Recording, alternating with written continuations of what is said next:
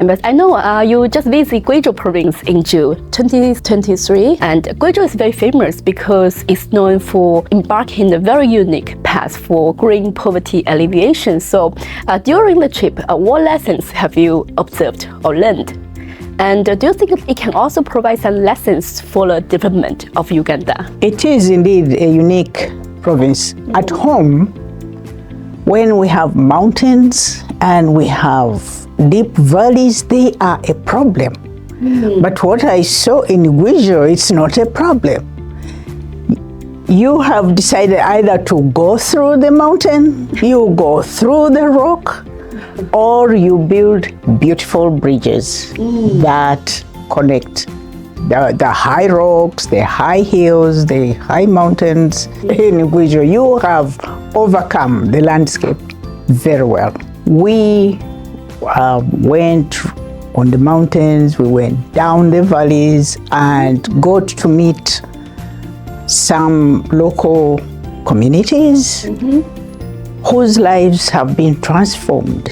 And what they have right now is amazing.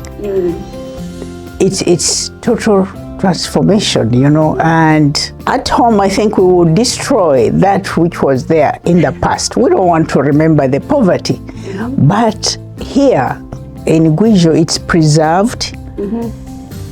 It's the old houses are used as a tourist attraction. They have used what they used to have in the days of poverty for making money.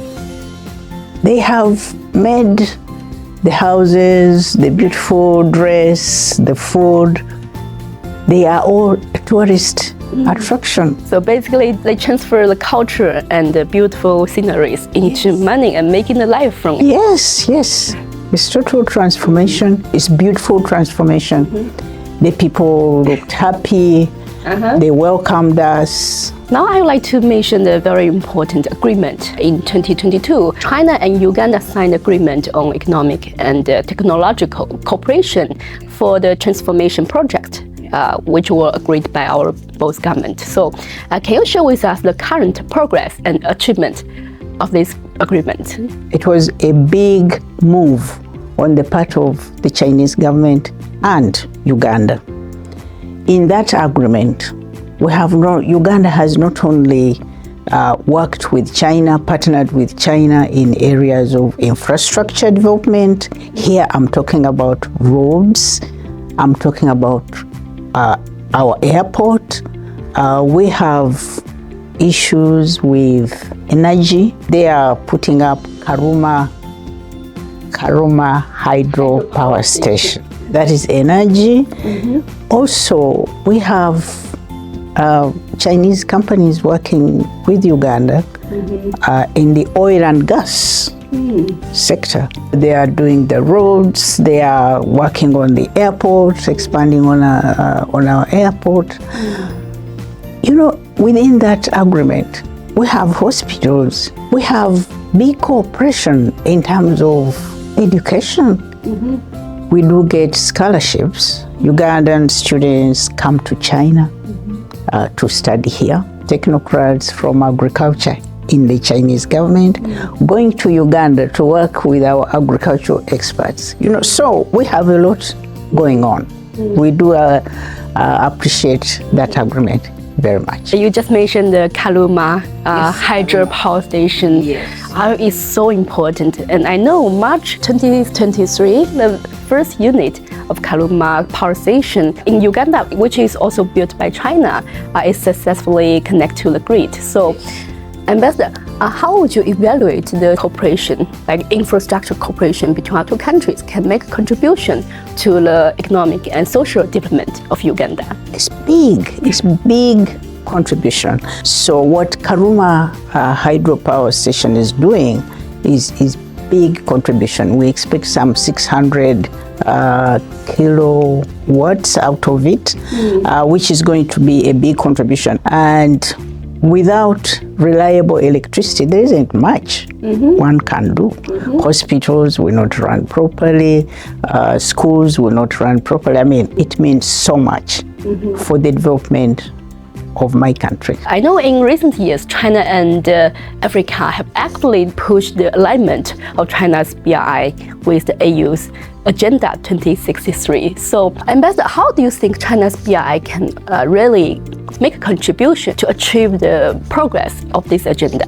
The contribution from China to Africa, especially under the framework of AU, is big. Because you're talking about infrastructure. Infrastructure, you're talking about connectivity. You're talking about roads. So one country connecting with the other. So the Under Belt and Road Initiative, with the focus on Africa, specifically, let's say, under FOCAC, FOCAC, Forum for China-Africa Cooperation. Yes, it means so much.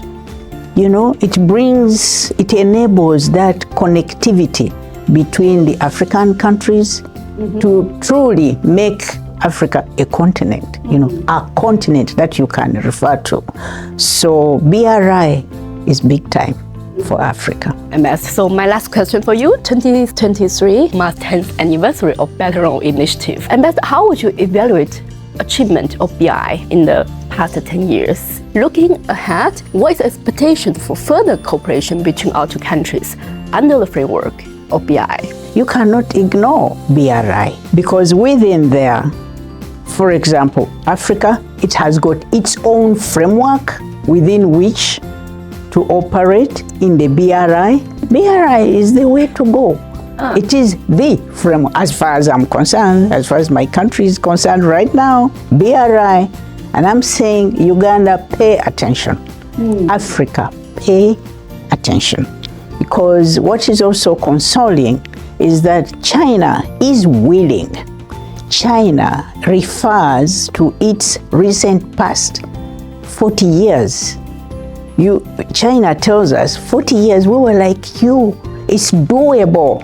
Let's do it. And China is working with us already and giving us that encouragement that is doable. Let's work together in a win-win situation for a shared future. We do appreciate the friendship.